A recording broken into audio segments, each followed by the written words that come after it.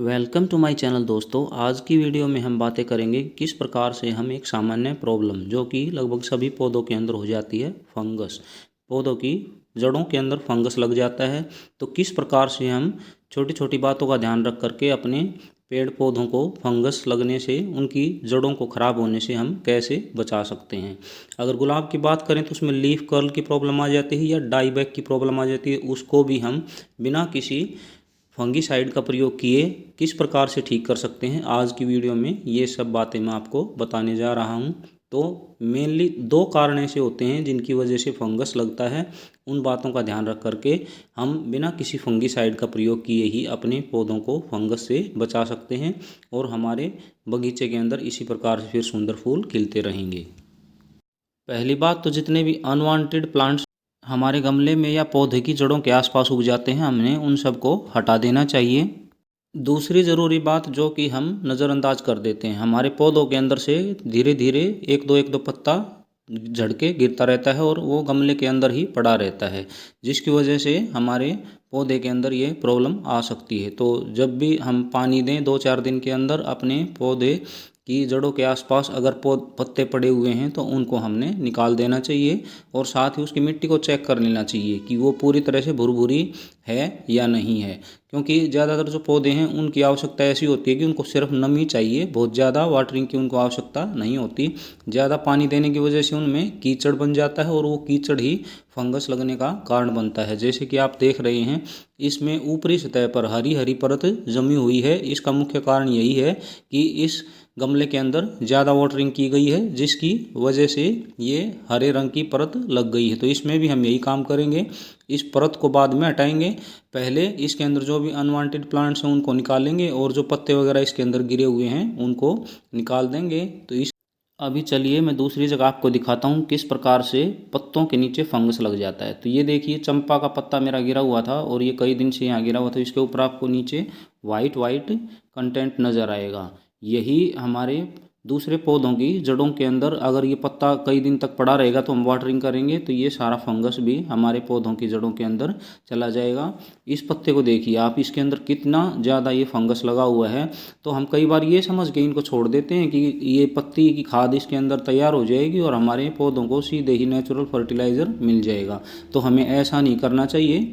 हमें समय समय पर अपने सभी पत्तों को हटा देना चाहिए और खाद बनाने के लिए हमें अलग जगह पर इन पत्तों को दबा करके, उसकी वीडियो मैंने बनाई हुई है, उसको आप देख सकते हैं कि किस प्रकार से हम पत्तों से खाद बना सकते हैं। तो इनकी जड़ों के अंदर हमने पत्तों को नहीं छोड़ना है, क्योंकि यही मेनली हमारा फंगस लगने का कारण बनता है। तो अपने सभी गमलों के अंदर से हमने इस प्रकार से पत्तों को हटा देना चाहिए।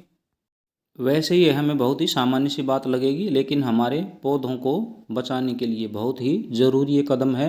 इसको अगर हम अपनाएंगे तो हमारे पौधे कभी ख़राब नहीं होंगे। इसके साथ ही जो दूसरी चीज़ है वो हमें टाइम टू टाइम अपने पौधे को ये चेक करना चाहिए, क्योंकि अभी मौसम सर्दियों का है तो पौधे की जड़ों तक यानी कि इसकी मिट्टी तक भी धूप पहुँच जाए, ऐसी हमने व्यवस्था करनी चाहिए। जो टहनियाँ बहुत ज़्यादा नीचे तक आ चुकी हों, नीचे जो नई शूट्स निकल जाती हैं, जो एक तरह से अभी हमारे पौधे की जड़ों तक धूप नहीं पहुंचने दे रही, तो उनको हमने हटा देना चाहिए। अगर बड़ा पौधा है तो, अगर ज़्यादा छोटा पौधा है तो उसको हम नहीं काट सकते, क्योंकि उससे तो फिर हमारा पौधा ही मर जाएगा। तो इस प्रकार से हमने कोशिश करनी चाहिए कि जो गमले की मिट्टी है उस पर भी कुछ 1-2 घंटे के लिए धूप उसको मिल जाए और जो उसके अंदर ज़्यादा गलन या कीचड़ वगैरह बन जाती है वो ख़त्म हो जाए। अगली बात जो मैं अभी आपको बताऊंगा वो ये है कि हमें इस फंगस अगर लग जाता है हमारे पौधे की जड़ों में तो उससे कैसे ठीक करें बिना फंगिसाइड का प्रयोग किए हुए। तो उसके लिए हमें क्या करना है, उसके लिए हमारे वैज्ञानिकों द्वारा एक थेरेपी बताई गई है जिसको कि हम हाफ डेड थेरेपी कहते हैं। जिस भी पौधे को हमें ये लगे कि इसकी जड़ों में फंगस लग चुका है उसके ऊपर हमें अप्लाई करना चाहिए।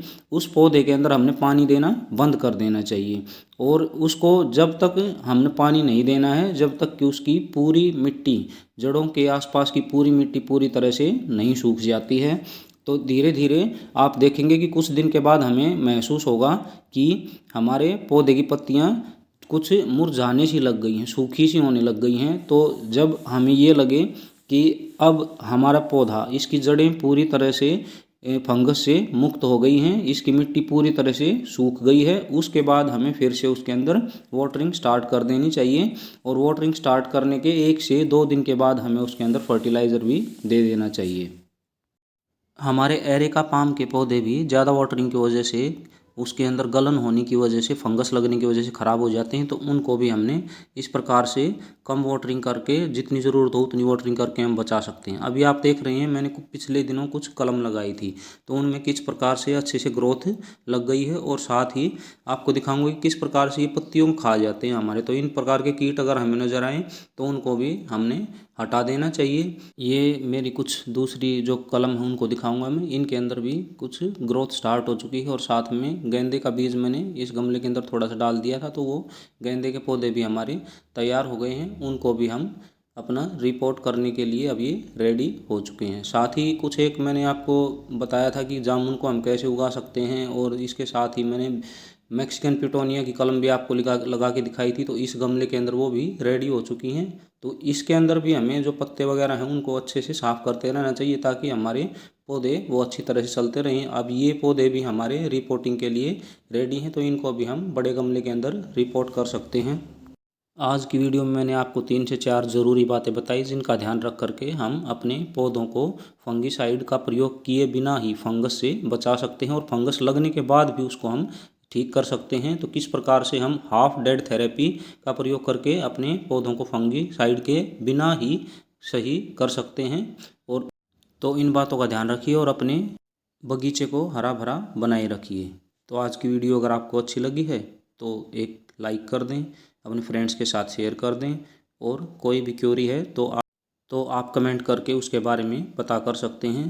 तो अगर आप मेरे चैनल पर पहली बार आए हैं तो सब्सक्राइब करना ना भूलें, और साथ में लगा बेल का आइकन भी ज़रूर प्रेस कर लें ताकि समय समय पर इसी प्रकार की अन्य वीडियो की नोटिफिकेशन आप तक पहुँच सके।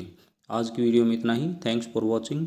इसी छोटी छोटी बातों का ध्यान रख के हम बिना फंगिसाइड का प्रयोग किए ही अपने बगीचे को हरा भरा बनाए रखेंगे। इसी आशा के साथ bye bye, happy gardening, thanks for watching.